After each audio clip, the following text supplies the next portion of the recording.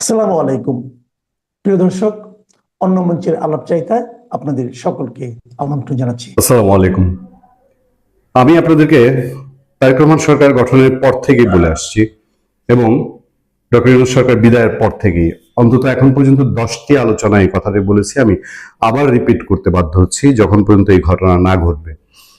আমি বলেছি ইউনূস সরকারের পাপের বোঝা এত ভয়ঙ্কর, এত বেশি অন্যায় 18 মাসে করে গেছে, এত বেশি অবিচার, এত বেশি অবৈধ কাজ, এত বেশি অন্যায় সুবিধা নিয়ে গেছে। তারেক রহমান সরকার যদি চায়ও তাহলে শেষ পর্যন্ত এই সরকারকে, ইউনূস সরকারকে সর্বময় ছাড় দিতে পারবে না। তারেক রহমান সরকারের সঙ্গে যতই সমঝোতা হয়ে থাকুক, যতই ইন্টারনাল ব্যাপার স্যাপার ঘটে থাকুক, যতই ইনডেমনিটি দেখ, পাপের বোঝার ভারটা এত বেশি, এত ভয়ঙ্কর যে ইউনূস সরকারকে ছাড় দিলে তারেক রহমান অথবা বিএনপির উপরে এটা আজীবনের জন্য এমন এক দায় আসবে যে দায় বিএনপিকে 100 বছর টানতে হবে। এইটা বিএনপির জ্ঞান বুদ্ধি আছে। বিএনপি নেতাদের সঙ্গে যতটুকু কথা হয়, তাদের সম্পর্কে যতটুকু জানি, একেবারে উড়িয়ে দেওয়ার মতন হাতের ময়লা তো তারা না। তাদের সেই ম্যাচুরিটি নিয়ে রাজনীতি করে, কোনো অন্যায় করলে অনেকে এটা বুঝে শুনেই করে। ফলে ইউনূস সরকারের এত বড় অবিচার অন্যায়ের দায় একটা জনগণের ভোটে, বিপুল ভোটে নির্বাচিত সরকার সে তার কাঁধে নিবে, এটা আমি বিশ্বাস করি না। এরই প্রতিফলন অত্যন্ত আপনাদেরকে আমাদের এক আলোচনায় বিএনপির সংরক্ষিত নারী আসনের সংসদ সদস্য এবং বিএনপির স্বনির্ভর বিষয় সম্পাদক নীলুফার চৌধুরী মনি, তিনি শুধু একটা লাইন বলে গেছেন যে তার যতটুক তার কাছে খোঁজ খবর, ইউনূস সরকারের বেশ কয়েকজন উপদেষ্টার বিদেশ যাওয়ায় এর মধ্যে নিষেধাজ্ঞা জারি হয়েছে।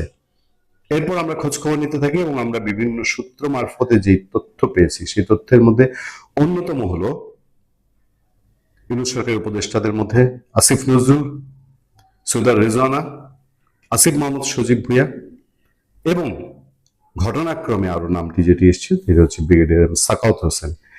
ইতিমধ্যে তাদের বিদেশ যাত্রার ব্যাপারে সরকারের ভেতরে নানান রকম আলাপ সালাপ আছে এবং তারা সহজেই নির্বিঘ্নে আর 10টা নাগরিক যেভাবে দেশের বাইরে পাড়ি জমান, ঠিক সেই সুবিধা তাদের কাছে এখন আছে কিনা এটা একটা বড় চিন্তার বিষয়। আপনারা দেখবেন সেই আদিলুর রহমান শুভ্র নেপালের নির্বাচন পর্যবেক্ষণ করতে যাচ্ছিল, তাকে আটকানো হয়েছিল এয়ারপোর্টে, দীর্ঘ সময় পরে তাকে ছাড়া হয়েছে। কিন্তু এরপর আর বিশেষ এই উপদেষ্টাদের অথবা ইউনূস সরকারের স্পেন্সার বলি, তাদের সুবিধাভোগী বলি, প্রেস সচিব শফিকুল আলম বা অন্যান্য যারা আছে, যারা ভাগার প্রথম চান্সেই ইউনূসের বেশ কিছু সহযোগী তারা ভেঙে গেছে। আমার সামনে খবর আছে, খবরটা থেকে কয়েকটা লাইন আপনাদের পড়াতে চাই। আসিফ নজরুল ওরফে নজরুল ইসলাম ডক্টর ইউনূসের নেতৃত্বাধীন অন্তর্বর্তী সরকারের উপদেষ্টা হিসেবে দায়িত্ব পালন করেছেন। এ সময় তার বিরুদ্ধে দুর্নীতি, স্বজনপ্রীতি এবং অযোগ্যতার বিস্তর অভিযোগ ওঠে। কিন্তু আসিফ নজরুলের জীবন চক্র বিশ্লেষণ করলে দেখা যায় তার জীবনের প্রতিটি ধাপেই আছে প্রতারণা, জালিয়াতি এবং দুর্নীতি। খবরটা হেডলাইন করেছে মানব কালের কণ্ঠ। দেশবাসীর দাবি ইউনূস সরকারের 18 মাসের দুর্নীতি তদন্তে স্বাধীন কমিশন গঠন করা হোক।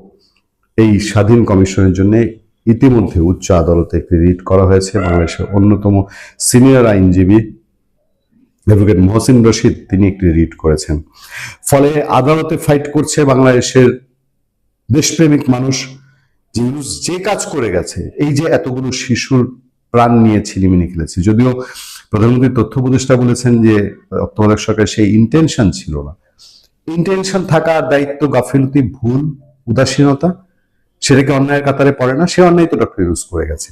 যাক, আসিফ নজরুলের সারা জীবনের হিস্ট্রি টানা হয়েছে। আসিফ মোহাম্মদ সজীব ভুঁইয়ার হিস্ট্রি আমরা আপনাদেরকে পড়ে শোনাতে চাই না। সৈয়দা রেজওয়ানা কিভাবে আওয়ামী লীগের দুর্নীতিবাজ মন্ত্রীদের পাহারাদার হয়েছেন সপরিবারে, সেসব খবরও আমরা জেনেছি। মোস্তফা সরোয়ার ফারুকী, তার কি পরিমাণ বিস্তর কীর্তি কারখানা, সবকিছু নিয়ে আমরা আপনাদের সামনে আলোচনাও করেছি। মোস্তফা সরোয়ার ফারুকী সামান্য লোভে নাস্তার খরচ দেখিয়েছে লক্ষ লক্ষ লক্ষ লক্ষ টাকা, জুলাই স্মৃতি জাদুঘরের নামে একটা ফালতু জিনিস করার জন্য। সেখানে নিয়োগ বিজ্ঞপ্তির আগেই বিভিন্ন মানুষকে সেখানে নিয়োগ দিয়েছে, সেখান থেকে কারি কারি টাকা কামিয়ে নিয়েছে বলে পত্রপত্রিকার অভিযোগ। এসবের পরে মোস্তফা সরোয়ার ফারুকীর বিদেশ যাত্রাতেও একটা বড় ধরনের বাধা আসতে পারে বলেই আমাদের কাছে সুস্পষ্ট খবর আছে। ফলে আমি এই কথাটাই রিপিট করছি, বিএনপি সরকারের মধ্যে অনেকের কাছে এইরকম একটি ধারণা আছে যে ইউনূস সরকারকে যেহেতু তারা শুরু থেকেই ধরি মাছ না ছুঁই পানি, ইউনূসের বিভিন্ন দাবি দাওয়া মেনে নিয়েছে, ইউনূস সরকারের অন্যায় আবদার মেনে নিয়েছে, ইউনূস সরকার অন্যায়ভাবে গণভোট আয়োজন করেছে, সেটাতে ভোট চাইতে বিএনপির চেয়ারম্যান তারেক রহমান বাধ্য হয়েছেন, ইউনূস সরকারের জুলাই সনদ একদম রাত পোহালে স্কেচ করে গিয়ে বিএনপি সাইন করে চলে এসছে। ফলে ওই সরকার শেষতক বিএনপির উপকার করে গেছে। যদিও ইউনূস সরকারের সমস্ত ইন্টেনশন ছিল তারা জামাত এবং এনসিপি কে ক্ষমতায় আনতে চায় বলে বিএনপি নেতারা মনে করেন। বিএনপি নেতারাই আমাদের এখানে কিন্তু শোতে এসে তারা এই অভিযোগ করেছেন যে ইউনূস সরকার অক্লান্ত ভাবে চেষ্টা করেছিল জামাত এবং এনসিপি কে ক্ষমতায় আনার জন্য, কিন্তু তারা দুয়ে দুয়ে চার মিলাতে পারেনি। কিন্তু শেষতক যেহেতু ইউনূস সরকার মোটামুটি ইলেকশনের পরে আর ভুকিচুকি না করে বিদায় নিয়েছে, ফলে বিএনপির একটা মিনিমাম কৃতজ্ঞতা বোধের জায়গা যদি তৈরি হয়ে থাকে, কিন্তু সেটা ভেঙে পড়তে আর সময়ের ব্যাপার মাত্র। কারণ বাংলাদেশের ভেতরে একটা এমন সেন্টিমেন্ট তৈরি হয়েছে যে মার্কিন এই গোলামি চুক্তি সবাই বুঝে গেছে যে এটা একটা ভয়ঙ্কর রকম চুক্তি হয়েছে, এবং এই চুক্তির বিরুদ্ধে মানুষের একটা সেন্টিমেন্ট কাজ করা শুরু করেছে কিনা সরকারই নিশ্চয়ই সেটা বিবেচনা করবে। ফলে সবকিছু মিলিয়ে ইউনূস সরকারের উপদেষ্টাদের সামনে যে কাল দিন আসছে সেটা বলার অপেক্ষা রাখে না। জেল এমন এক জায়গা, যারা জেল থেকে আসেন তাদের জেলের অভিজ্ঞতা শুনলেই বোঝা যায়। জেল থেকে বের হওয়া অনেক মানুষ আমি দেখেছি জেলে যাওয়ার আগে তখন বয়সের ছাপ পড়েনি, কিন্তু মধ্য বয়সে জেলে গেলে পরে বের হয়ে আসেন যেন 6 মাস 1 বছর পরে যদি বের হন অনেকটা একদম বৃদ্ধ কায় হয়ে বের হন। এই বাংলাদেশে জেল থেকে বের হয়ে নিউ মার্কেট থানা ছাত্রলীগের এক ছেলে জেল থেকে বের হওয়ার অল্প সময় পরেই হার্ট অ্যাটাকে মারা গেছেন। সে তখনই বলেছিলাম এগুলো কাকতালীয় বা এগুলোকে দুর্ঘটনা বলা যায় না, কারণ অকারণে একটা মানুষকে যখন জেলে নেওয়া হয়, অকারণে একটা মানুষকে যখন মানসিক টর্চারে রাখা হয়, সেটা তার শারীরিক এফেক্ট কি পরিমাণ পড়ে সেটা কারো আসলে বোধগম্য নয়। এই বাংলাদেশে জেল থেকে বের হওয়ার পরপর মৃত্যুর ঘটনা আরো ঘটেছে। আমরা ছাত্রলীগের একটা ছেলের ক্ষেত্রে দেখেছি, মামলা মাথায় নিয়ে তিনি কুয়েতে চলে গিয়েছিলেন, কুয়েতে গিয়ে টিকতে পারেননি, সেখানে জেল খেটেছেন, কাজের সন্ধানে গিয়ে অবৈধ কাজের পাল্লায় পড়ে তারপরে তিনি দেশে ফিরেছেন। দেশে ফেরার পরপরই তিনি মৃত্যুর কোলে ঢলে পড়েছেন। আমাদের সামনে আরো একটা খবর, সেই খবরটা নিশ্চয়ই এই বাংলাদেশে অনেকেরই মনে নাড়া দিয়ে যাবে, এবং এই খবরগুলো আমাদেরকে লাগাতার পড়তে হচ্ছে। আপনারা কি সবগুলোকেই কাকতালীয় বলবেন, সবগুলোকে দুর্ঘটনা বলবেন? জামিনে মুক্তির 1 সপ্তাহের মাথায় মারা গেলেন নিষিদ্ধ ছাত্রলীগ নেতা। দীর্ঘ 7 মাস কারাভোগের পর জামিনে মুক্তি পাওয়ার মাত্র 1 সপ্তাহের মাথায় হৃদরোগে আক্রান্ত হয়ে মারা গেছেন নিষিদ্ধ ঘোষিত ছাত্রলীগের শেরপুর সরকারি কলেজ শাখার সাধারণ সম্পাদক আব্দুল কুদ্দুস মুয়াজ। বুধবার ভোরে ঢাকা মেডিকেল কলেজ হাসপাতালে চিকিৎসাধীন অবস্থায় তার মৃত্যু হয়। আব্দুল কুদ্দুস মুয়াজ শেরপুর শহরের মিরগঞ্জ এলাকার মাছ ব্যবসায়ী ফজু মিয়ার ছেলে ছিলেন। তিনি নিষিদ্ধ ঘোষিত ছাত্রলীগের শেরপুর সরকারি কলেজ শাখার সাধারণ সম্পাদক ও জেলা ছাত্রলীগের সদস্য ছিলেন। ছাত্রলীগ নেতা মুয়াজ শেরপুর সরকারি কলেজের প্রাণীবিদ্যা বিভাগ থেকে বিএসসি সম্মান সম্পন্ন করেছেন। তিনি 2024 সালের বৈষম্যবিরোধী ছাত্র আন্দোলনে শেরপুর শহরে নিহত ছাত্র হত্যা মামলায় চার্জশিটভুক্ত একজন আসামি ছিলেন। পারিবারিক সূত্রে জানা যায়, 24-এর গণ আন্দোলনের পর আত্মগোপনে থাকা অবস্থায় 2025 সালের 24 সেপ্টেম্বর রাজধানীর কলাবাগান এলাকা থেকে বিক্ষুব্ধ ছাত্র জনতা তাকে আটক করে সেনাবাহিনীর হাতে তুলে দেয়। পরে তাকে ধানমন্ডি থানায় স্থানান্তর করা হয়। দীর্ঘ প্রায় 7 মাস কারান্তরীণ থাকার পর গত সপ্তাহে আইনি প্রক্রিয়ার মাধ্যমে জামিনে মুক্ত হয়ে নিজ বাড়ি শেরপুরে ফিরেছিলেন আব্দুল কুদ্দুস মুয়াজ। তার শারীরিক কোনো জটিলতা ছিল না। মঙ্গলবার তিনি ঢাকায় যান এবং লালবাগ এলাকার বাসায় ওঠেন। বুধবার ভোরে হঠাৎ হৃদরোগে আক্রান্ত হলে তাকে ঢাকা মেডিকেল কলেজ হাসপাতালে নেওয়া হলে কর্তব্যরত চিকিৎসক তাকে মৃত ঘোষণা করেন। নিহতের বড় ভাই জানান, বুধবার বাদ আসর তার নামাজে জানাজা এবং তার দাফন সম্পন্ন হবে। শেরপুর থানার ওসি সোহেল রানা বলছেন, সামাজিক যোগাযোগ মাধ্যমে নিষিদ্ধ ঘোষিত ছাত্রলীগ নেতা 24শে আন্দোলনে ছাত্র হত্যা মামলায় চাষিভুক্ত আসামি আব্দুল কুদ্দুস মুয়াজের মৃত্যুর বিষয়টি আমি জেনেছি। এ বিষয়ে মৃত্যু সনদ হাতে পেলে সেটি আমরা আদালতে উপস্থাপন করব। আইনি প্রক্রিয়া অনুসারে আদালত পরবর্তী সিদ্ধান্ত গ্রহণ করবেন। সেক্ষেত্রে বিচারিক প্রক্রিয়ায় চার্জশিট থেকে মৃত ব্যক্তির নাম বাদ যাবে। 7 মাস জেল। আমি জানি না এই হত্যাকাণ্ডে প্রমাণ কি দাঁড়াবে, শেষমেশ কে দায়ী হবে বিচারে গিয়ে। এই 24-এর গণ আন্দোলনে গণহত্যা বা হত্যার যে মামলাগুলো হয়েছে, এই কয়টা হত্যা মামলা শেষ পর্যন্ত আদালতে প্রমাণ হবে, এ নিয়ে যথেষ্ট আলাপ আছে, যথেষ্ট মানুষের মধ্যে ধারণা আছে যে এগুলো সহজে হওয়ার, মানুষ বিশ্বাসই করতে চায় না অনেক কিছু। কিন্তু এই যে মুয়াজের মতন মানুষগুলো ধুকে ধুকে ধুকে ধুকে মৃত্যুর কোলে ঢলে পড়লো, এর দায়ভার আসলে কার? আমরা আজ যদি আওয়ামী লীগ ক্ষমতায় থাকতো, বিএনপির মানুষজনের ক্ষেত্রে আমরা সেই প্রমাণ রেখেছি যে 2018 সাল থেকে বিএনপির মানুষজনের ক্ষেত্রে এই ঘটনাগুলো যখন ঘটেছে, আমরা প্রতি মুহূর্তে এগুলো বলেছি।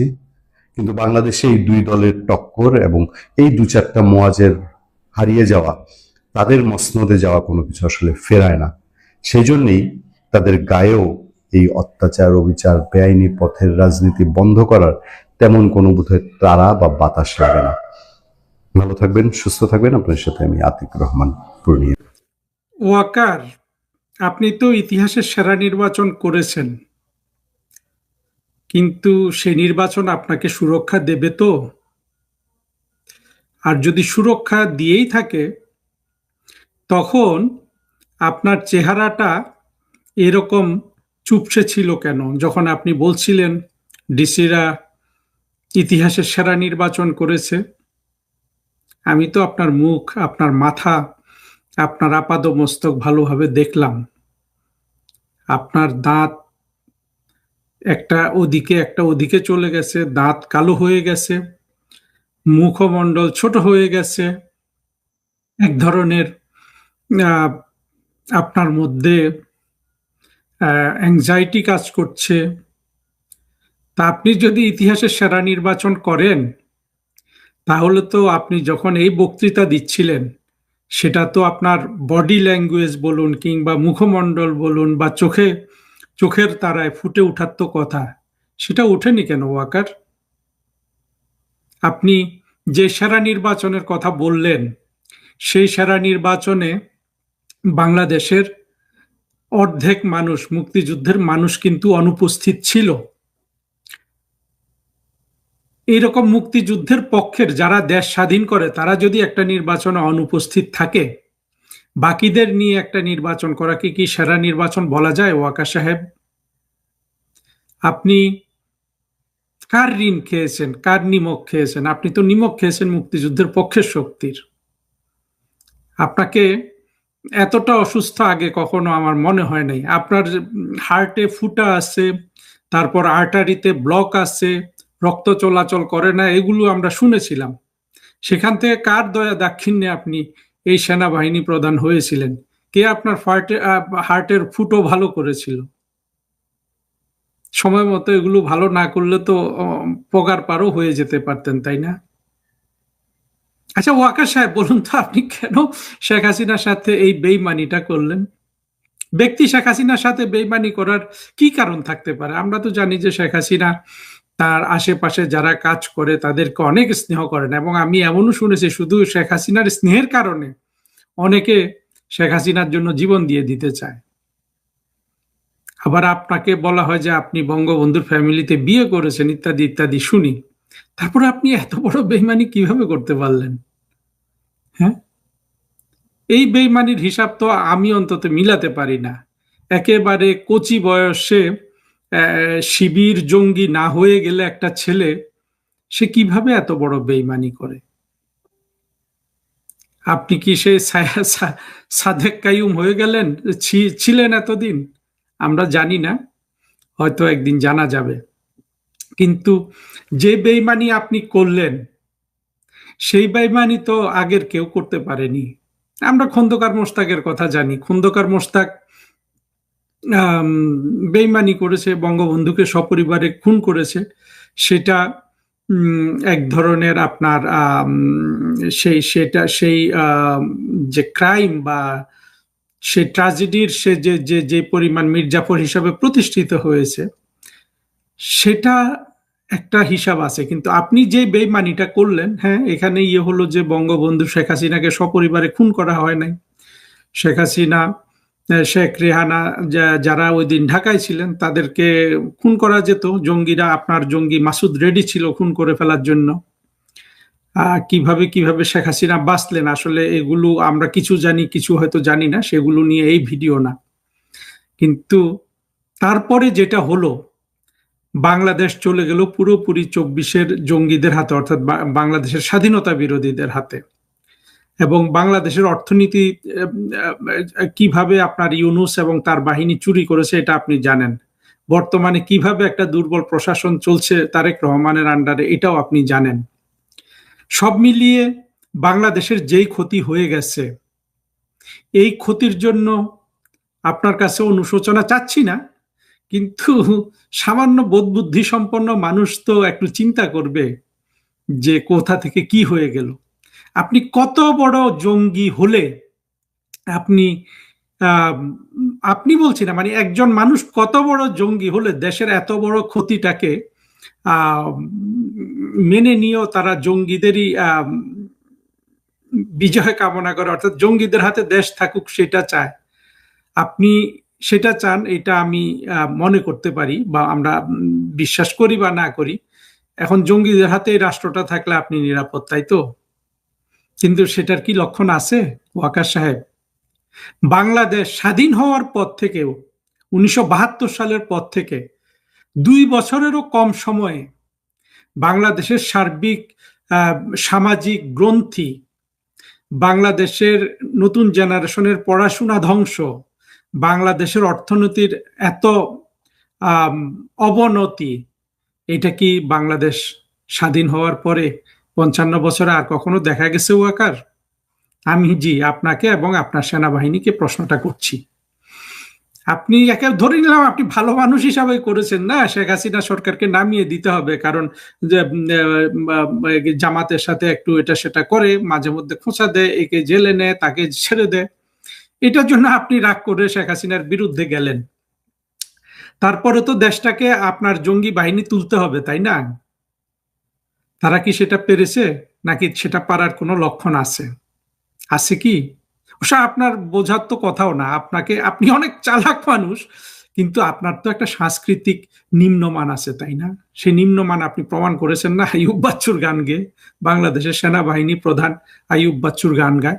আসলে বিএনপি জামাতও না, আসলে আমরা যদি ভালো ভালো জায়গায় মানুষের সাংস্কৃতিক মান দেখে যদি ভবিষ্যতে নিয়োগ দিতে পারি, তাহলে কিন্তু ওয়াকার আপনার মতো আবর্জনা কিন্তু এই বাংলাদেশের কোনো গুরুত্বপূর্ণ পদে ঢুকতে পারবে না।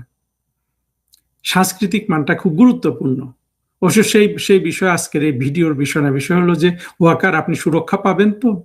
আপনি সুরক্ষা পেতেন যদি জঙ্গি কোয়ালিশনকে, যারা জঙ্গি, যেসব বিদেশি শক্তি সেই জঙ্গি কোয়ালিশনকে তাদের এই জঙ্গি উত্থান সফল করেছিল, তারা যদি জঙ্গিদের সাহায্য করতো বাংলাদেশের সাধারণ মানুষের অর্থনৈতিক উন্নয়নে। যেমন ধরুন, এই যে আপনি তারেক রহমান 45,000 কোটি টাকার বোয়িং কিনলো, 14টা বোয়িং।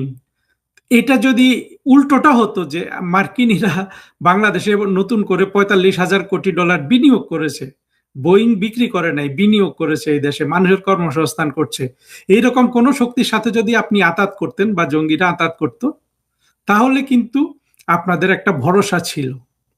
সেই ভরসা কি এখন ওয়াকার আছে? উল্টো নির্বাচনের আগে ইউনূস বাণিজ্য চুক্তি করে দেশকে কিভাবে অর্থনৈতিক একটা আপনার কি বলবো, একটা শিকল পরিয়ে দিয়ে গেল, বাংলাদেশের অর্থনীতিটা যাতে কোনোভাবে আর দাঁড়াতে না পারে, সেটা কি ওয়াকার আপনি অনুধাবন করতে পারছেন? তারপর আপনি আরো কি কি করেছেন? আপনি জানমালের দায়িত্ব নিয়েছেন, ঠিক আছে, কিন্তু আপনার এই দায়িত্ব নেওয়াকালীন বাংলাদেশে যে পরিমাণ অবিচার হয়েছে, বাংলাদেশের 55 বছরের ইতিহাসে কখনো এতগুলা মানুষকে কি রাস্তায় পিটিয়ে মারা হয়েছে ওয়াকার সাহেব? হয়নি। আমি এটাই বুঝতে পারি যে আপনার যে যে চেহারা আমি দেখলাম সেখানে এগুলোর একটা ছাপ দেখলাম। আপনি এখন দুশ্চিন্তা করতেও পারেন, সুচিন্তা করতেও পারেন, বিএনপির মাধ্যমে প্রোটেকশন চাইতেও পারেন, পেতেও পারেন, কিন্তু আসলে কি আপনি সুরক্ষা পাবেন? আপনি বঙ্গবন্ধুর ফ্যামিলিতে বিয়ে করেছেন ইত্যাদি বলে আপনার সন্তানরা, আপনার সন্তানের সন্তানরা, তারা কি আসলে বাংলাদেশে সুরক্ষা পাবে? 1971-72 সাল অর্থাৎ স্বাধীন বাংলাদেশে আর কোন জেনারেলের কর্মকাণ্ড কি বাংলাদেশকে এত বড় আঘাত করেছে? হ্যাঁ, জেনারেল শফিউল্লাহর কর্মকাণ্ড করেছিল। জেনারেল শফিউল্লাহর নিষ্ক্রিয়তায় বঙ্গবন্ধুকে হত্যা করা হয়েছে। জেনারেল শফিউল্লাহকে আমরা কিন্তু কোনো অ্যাক্টিভলি কিছু করতে দেখিনি। সেখানেও শফিউল্লাহ অবরুদ্ধ ছিল এইভাবে বিশ্বাস করা হচ্ছে, কিন্তু আপনি তো একেবারে অ্যাক্টিভলি অংশগ্রহণ করেছেন, শেখ হাসিনার পতনে করেননি?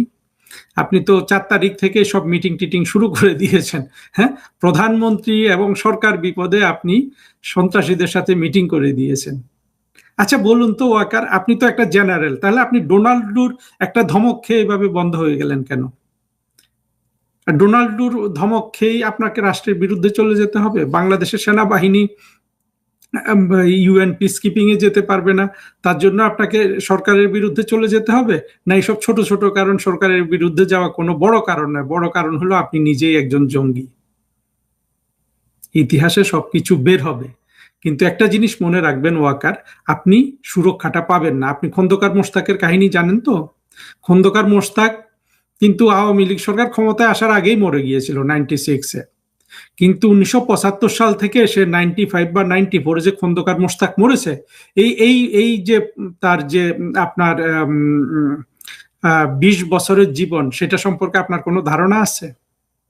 মোশতাকের বাড়ি কোথায়, মোশতাকের ছেলে মেয়েরা কোথায়, তারা কিভাবে থাকে, কিংবা বঙ্গবন্ধুর খুনিরা আজকে কে কোথায়, যারা বেঁচে আছে তারা কে কিভাবে থাকে? তাদেরকে হ্যাঁ আপনার মতো জঙ্গিরা নানান বাহবা দিচ্ছে, কিন্তু আসলে কি সেই এই এই এই এই যে তারা যে পলাতক জীবন যাপন করছে, বা আপনার এই মোশতাক এবং তার ছেলে মেয়েরা, এরা তো দেশে খুব একটা কেউ নাই। একটাকে বোধহয় দেখেছিলাম একবার, জিয়াউর রহমান সম্পর্কে কিছু ভালো কথা বলে, সে রাষ্ট্রদূত ছিল। তো এদের অবস্থা, আপনি তো এত ভালো থাকতে পারবেন না বাংলাদেশে। বাংলাদেশে থাকুন, বিদেশে থাকুন, আপনি জেনারেল মঈনের কথা ভাবুন। জেনারেল মঈন কিন্তু একজন দেশপ্রেমিক জেনারেল ছিলেন। যেভাবে পারুক উনি কিন্তু বাংলাদেশে একটা ইনক্লুসিভ নির্বাচনের ব্যবস্থা করেছিলেন। তারপর তো জেনারেল মঈন কখনো বলে নাই যে এত ভালো ইলেকশন আমি করে দিয়েছি, বলেছে? আপনি শুধু বাংলাদেশের 40-50% মানুষকে নিয়ে, যারা সবাই জুলাই জঙ্গি উত্থানে আপনার সহযোগী হয়েছিল, বা আপনি যাদের সহযোগী হয়েছিলেন, তাদের মধ্যে ক্ষমতার বন্টনের একটা ইলেকশন করে দিয়ে আপনি সেটাকে যে এত বড় ইলেকশন হিসেবে ঘোষণা দিচ্ছেন, জেনারেল আপনি কি বাঁচতে পারবেন? আপনি তো কাউকে বাঁচানোর, হ্যাঁ আপনি আওয়ামী লীগের অনেক নেতাদের বাঁচিয়েছেন, কি কি এগুলা বলে জঙ্গিরা, কিন্তু গোপালগঞ্জে তো আপনার ডান্ডা আবার দাঁড়িয়ে গিয়েছিল, সেখানে তো আপনি ম্যাসেকার করেছেন। সেখান থেকে আপনি ক্ষমা পাবেন?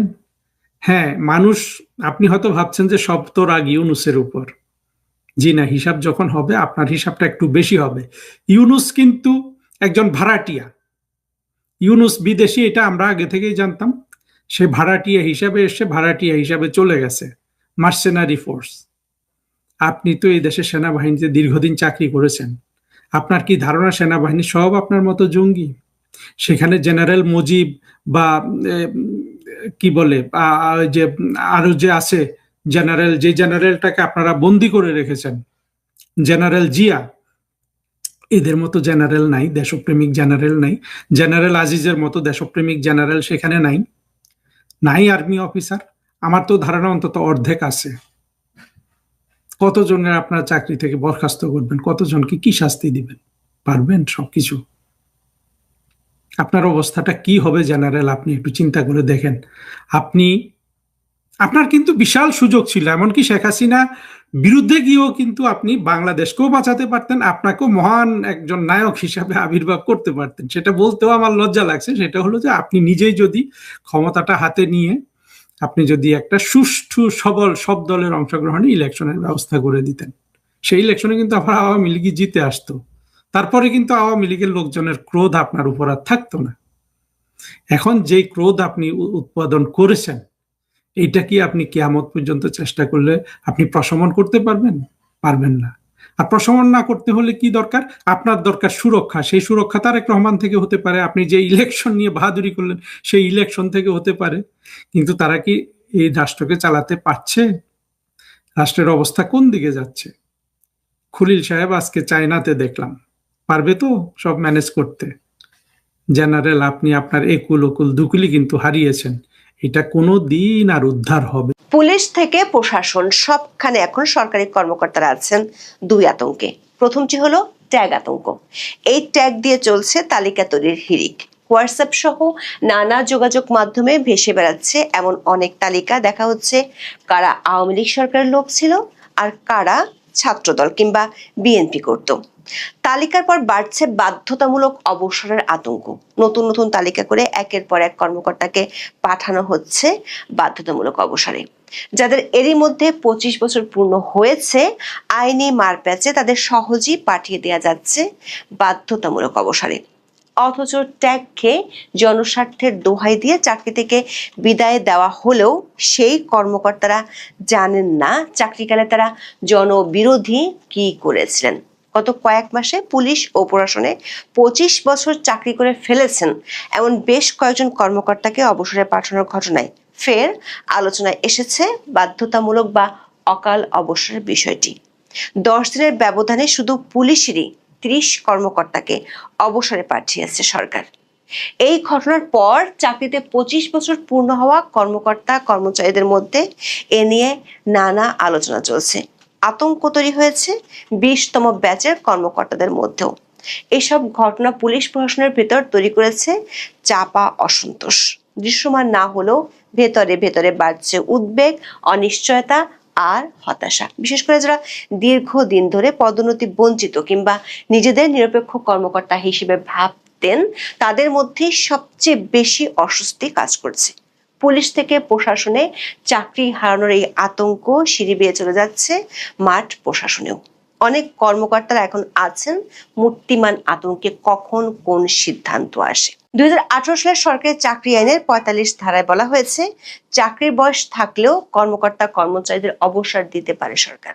ওই ধারায় বলা হয়েছে, যে কোনো সরকারি কর্মচারীর চাকরির বয়স 25 বছর পূর্ণ হলে সরকার ওই কর্মচারীকে জনস্বার্থে যে কোনো সময় অবসরে পাঠাতে পারে। এ ধারা অনুযায়ী সংশ্লিষ্ট কর্মচারীকে কারণ দর্শানোর প্রয়োজন নেই। ওই ধারায় অবসরে পাঠানো কর্মকর্তাদের বাধ্যতামূলক বা অকাল অবসর হিসেবে চিহ্নিত করা হয়। তবে বাংলাদেশে সব সরকারের আমলে এই ধারাটি ব্যবহৃত হয় রাজনৈতিক দমনের অস্ত্র হিসেবে। সাধারণত চাকরিতে নানা অপরাধ বা অনিয়ম করলে আইন অনুযায়ী কর্মকর্তা কর্মচারীরা চাকরিচ্যুত বা বরখাস্ত হন। তবে 2018 সালের সরকারি চাকরি আইনের 45 ধারায় চাকরি থেকে বের করে দেওয়া হলো। কর্মকর্তা কর্মচারীরা জানতেই পারেন না তাদের কেন চাকরি থেকে বাদ দেওয়া হলো, কারণ রাজনৈতিক ছাঁটাইয়ের অস্ত্র হিসেবে সব সরকারই এটি ব্যবহার করে আসছে। যে সরকার বিদায় নেয় ওই সরকারের অনুগত কর্মকর্তা কর্মচারীকে সাধারণত 45 ধারায় অবসরে পাঠানো হয়। যদিও টানা 25 বছর ধরে এসব কর্মকর্তা কর্মক্ষেত্রে অভিজ্ঞতা অর্জন করে থাকেন। রাষ্ট্রীয় খরচে তারা নানা প্রশিক্ষণ নেন কর্মকালে, ফলে তাদের অভিজ্ঞতা কাজে না লাগে সার্ভিসের সময় থাকলেও বিদায় দেওয়া হয়। তবে এমন ঘটনাও ঘটে, এক সরকারের আমলে বাধ্যতামূলক অবসরে পাঠানো হলে পরের সরকারের আমলে সংশ্লিষ্ট কর্মকর্তা ভূতাপেক্ষ পদোন্নতি, পুরনো বেতন ভাতা নিয়ে ফের চাকরিতে ফিরে আসছেন। অন্যদিকে ভেতরে ভেতরে ভিন্ন রাজনৈতিক মতাদর্শের কারণে অনেক কর্মকর্তা যোগ্যতা থাকার পরও পদোন্নতি বঞ্চিত হন। এক সরকারের আমলে পুরো সময় অপেক্ষাকৃত কম গুরুত্বপূর্ণ ইউনিট বা পদে চাকরি করতে বাধ্য হন। সরকারের বিদায়ের পর ওই সরকার অনুগতদের বাধ্যতামূলক অবসরে পাঠিয়ে শূন্য পদে বঞ্চিতদের পদোন্নতি ও প্রদান করতেও দেখা যায়। 90 পরবর্তী এরশাদ সরকার থেকে শুরু করে সব সরকারের আমলে কর্মকর্তাদের বাধ্যতামূলক অবসরে দেওয়া হয়েছে। 1991 সালে বিএনপি প্রথমবারের মতো ক্ষমতায় আসার পর বিভিন্ন সরকারি দপ্তর, স্বায়ত্তশাসিত প্রতিষ্ঠান এবং বিশেষ করে সামরিক ও আধা সামরিক বাহিনী থেকে 1973-74 ব্যাচের কর্মকর্তাদের চাকরিচ্যুতির ঘটনাটি বাংলাদেশের প্রশাসনিক ও রাজনৈতিক ইতিহাসে একটি আলোচিত বিষয়। 2001 সালে দ্বিতীয়বার ক্ষমতায় এসে একই নীতি অনুসরণ করেছিল বিএনপি। আওয়ামী লীগ সরকারের নানা মেয়াদেও ছিল বাধ্যতামূলক অবসরের রীতি, তবে তা অন্য সরকারের তুলনায় গণহারে ছিল না। 2024 সালের 5ই আগস্ট আওয়ামী লীগ সরকারের পতনের পর ডক্টর মোহাম্মদ ইউনূসের নেতৃত্বে অন্তর্বর্তীকালীন সরকার সরকারি চাকরি আইনের সেই 45 ধারার ব্যবহার চালাতে থাকে। অন্তর্বর্তীকালীন সরকারের প্রথম 1 বছরে প্রশাসন ক্যাডারের 29 কর্মকর্তাকে বাধ্যতামূলক অবসরে পাঠানো হয়। এছাড়া ওই সরকার বিভিন্ন সময় অতিরিক্ত সচিব ও সচিব পদমর্যাদার 31 কর্মকর্তাকে বাধ্যতামূলক অবসরে পাঠায়। তাদের বেশিরভাগই 2014 ও 18 সালের জাতীয় নির্বাচনে রিটার্নিং কর্মকর্তা সহ নানাভাবে দায়িত্ব পালন করেছিলেন। প্রশাসন ক্যাডারের কর্মকর্তা ছাড়াও ওই সরকার এক প্রজ্ঞাপনে জুডিশিয়াল সার্ভিসের 18 জন বিচারক সহ বিভিন্ন সময় পুলিশের 51 কর্মকর্তাকে অবসরে পাঠায়। মোহাম্মদ ইউনূসের আমলে আওয়ামী লীগ সরকারের সময় চাকরিচ্যুত বা বাধ্যতামূলক অবসরে পাঠানো মোট 335 জন কর্মকর্তাকে পুনরায় চাকরিতে ফিরিয়ে আনা হয়েছে। 2024 সালের আগস্টের রাজনৈতিক পরিবর্তনের পর থেকে এখন পর্যন্ত বিভিন্ন পদে মোট 557 জনকে পদোন্নতি দেওয়া হয়েছে, যার বেশিরভাগই রাজনৈতিক বিবেচনায়। 17 ফেব্রুয়ারি সরকার গঠনের পর বর্তমান বিএনপি সরকারও 45 ধারা অনুযায়ী বেশ কয়েকজন কর্মকর্তাকে বাধ্যতামূলক অবসরে পাঠিয়েছে। এর মধ্যে বর্তমান সরকার আমলে 3 দফায় 5 অতিরিক্ত আইজিপি সহ 35 পুলিশ কর্মকর্তাকে বাধ্যতামূলক অবসরে পাঠানো হয়। সর্বশেষ গত রোববার পুলিশের 16 ডিআইজি সহ 17 কর্মকর্তাকে সরকারি আইনের 45 ধারায় অবসরে পাঠায় সরকার। এতটাই তড়িঘড়ি করে এদেরকে পাঠানো হয়েছে, দেখা যাচ্ছে পুলিশ সদর দপ্তর থেকে যে প্রজ্ঞাপন জারি করা হয়েছে সেটি ছিল 3রা মেতে, অথচ পরিপত্রের উপরে তারিখ লেখা হয়েছে 20 মে। এর আগে গত 22 এপ্রিল পুলিশের 11 জন ডিআইজি ও 2 জন অতিরিক্ত ডিআইজি কে বাধ্যতামূলক অবসরে পাঠায় সরকার। পুলিশের একাধিক সূত্র বলছে এসব ঘটনা পুলিশ প্রশাসনের ভিতরে তৈরি করেছে চাপা অসন্তোষ। সংশ্লিষ্ট কর্মকর্তাদের অনেকেই গুরুত্বপূর্ণ দায়িত্বে ছিলেন, আবার এদের অনেকেই দীর্ঘদিন ধরে পদোন্নতি পাননি, এমন অনেক পুলিশ কর্মকর্তাকেও অবসরে পাঠানো হয়েছে। পুলিশ কর্মকর্তারা বলছেন এই প্রক্রিয়াটি আকস্মিক ছিল না, বরং বিএনপি নেতৃত্বাধীন নতুন সরকার গঠনের পর থেকেই একটি তালিকা তৈরির কাজ চলছিল। সেই তালিকায় নির্দিষ্ট কিছু কর্মকর্তাকে বাছাই করা হয়, যাদের অনেকের ক্ষেত্রেই অভিযোগ তাদের মূল্যায়ন হয়েছে ট্যাগ দিয়ে, তথ্য প্রমাণ দিয়ে নয়। এটা কোনো স্বাভাবিক প্রশাসনিক রদবদল নাই। পুলিশ কর্মকর্তারা বলছেন বর্তমানে প্রশাসনের ভিতরে সবচেয়ে আলোচিত শব্দ ট্যাগিং, যার শুরু অন্তর্বর্তী সরকারের সময়, তবে এর ধারাবাহিকতায় এখন নতুন মাত্রা যোগ হয়েছে। অবশ্য ট্যাগিং হলেও অন্তর্বর্তী সরকার এসব কর্মকর্তাকে বাধ্যতামূলক অবসরে পাঠায়নি, কিন্তু নতুন সরকার গঠনের পরপরই অতি উৎসাহী কিছু পুলিশ কর্মকর্তা এদের অবসরে পাঠাতে মরিয়া হয়ে ওঠে। কর্মকর্তাদের অতীত কর্মজীবন বা পোস্টিং কিংবা কোনো নির্দিষ্ট সরকার আমলের দায়িত্ব পালনের ভিত্তিতে তাদের উপর গোপনে সরকার বিরোধী ট্যাগ বসানো হয়। এভাবে অনেককেই অবসরে পাঠানো পদ তৈরি করা হয়েছে বলে পুলিশ প্রশাসনের অন্দরমহলের জোর আলোচনা রয়েছে। নাম প্রকাশে অনিচ্ছুক ডিআইজি পদমর্যাদার এক কর্মকর্তা বলেছেন, যারা পেশাদারি দৃষ্টিভঙ্গি থেকে কাজ করেছেন, কোনো রাজনৈতিক পক্ষ নেননি, তারাও এখন নিরাপদ নন। কে কখন কোথায় ছিল, কোন সরকারের সময় কোন কাজ করেছে, এসব দিয়ে এখন বিচার করা হচ্ছে। যদিও সরকারি চাকরিতে কর্মরত কর্মকর্তাদের দায়িত্ব পালন করা ছাড়া অন্য কোনো বিকল্প থাকে না। একজন পুলিশ সুপার পদমর্যাদার কর্মকর্তা বলেন, ভালো কাজ করেও যদি নিরাপত্তা না থাকে তাহলে কাজের আগ্রহ থাকে কিভাবে? সবসময় মনে হয় আজ না হোক কাল হয়তো তার নামও চলে আসবে। পুলিশের মধ্যে এই তালিকা তৈরির পেছনে কাজ করছে আগের আমলে বিএনপি পন্থী বলে পরিচিত কিছু কর্মকর্তা, যাদের নানা অপকর্মের জন্য চাকরি গিয়েছিল এবং তাদেরকে আবার ফেরত আনা হয়েছে। জানা গেছে গত বেশ কিছুদিন ধরে পুলিশের বিসিএস 15তম, 17তম এবং 18তম ব্যাচের 25 কর্মকর্তার নাম সংবলিত একটি তালিকা ঘুরছে এক হোয়াটসঅ্যাপ থেকে আর এক হোয়াটসঅ্যাপে। পুলিশের একজন ডিআইজি বলেছেন, আওয়ামী লীগ সরকার আমলে তিনি পদোন্নতি পেলেও কখনো জেলার পুলিশ সুপার, রেঞ্জ ডিআইজি কিংবা অন্য কোনো গুরুত্বপূর্ণ পদে পদায়ন হননি, শুধু পদোন্নতি পেয়েছেন তাকেও এই তালিকায় রাখা হয়েছে এবং বাধ্যতামূলক অবসরে পাঠানো হয়েছে। মোহাম্মদ ইউনূস এবং বর্তমান বিএনপি সরকারের আমলে পুনরায় বহাল হওয়া অনেক কর্মকর্তা দীর্ঘ 15 বছর চাকরির বাইরে ছিলেন। তাদের গুরুত্বপূর্ণ পদে ফিরিয়ে আনা সাধারণ পুলিশ সদস্যদের মধ্যে অসন্তোষ তৈরি করেছে। 2024 সাল থেকে এখন পর্যন্ত অন্তর্বর্তী সরকার 76 জন এবং বর্তমান বিএনপি সরকার 30 জন কর্মকর্তাকে বাধ্যতামূলক অবসরে পাঠিয়েছে। তাদের মধ্যে অনেকেই 15তম, 17তম ও 18তম বিসিএস ব্যাচের কর্মকর্তা এবং দীর্ঘদিন ওএসডি ছিলেন। আবার যাদের 25 বছর পূরণ হতে যাচ্ছে তাদের মধ্যে দেখা দিয়েছে আতঙ্ক, বিশেষ করে যারা দীর্ঘদিন ধরে পদোন্নতি বঞ্চিত কিংবা নিজেদের নিরপেক্ষ কর্মকর্তা হিসেবে ভাবতেন। তাদের মধ্যে সবচেয়ে বেশি অস্বস্তি কাজ করছে, আতঙ্ক ছড়িয়ে পড়ছে 20তম ব্যাচের কর্মকর্তাদের মধ্যে। বিসিএস 20তম ব্যাচের কর্মকর্তাদের চাকরির বয়স চলতি মাসের 28 তারিখে 25 বছর পূর্ণ হবে। আগে থেকেই এ ব্যাচের ওএসডি থাকা কর্মকর্তারা আদৌ চাকরিতে থাকতে পারবেন কিনা তা নিয়ে তারা দুশ্চিন্তায় পড়েছেন।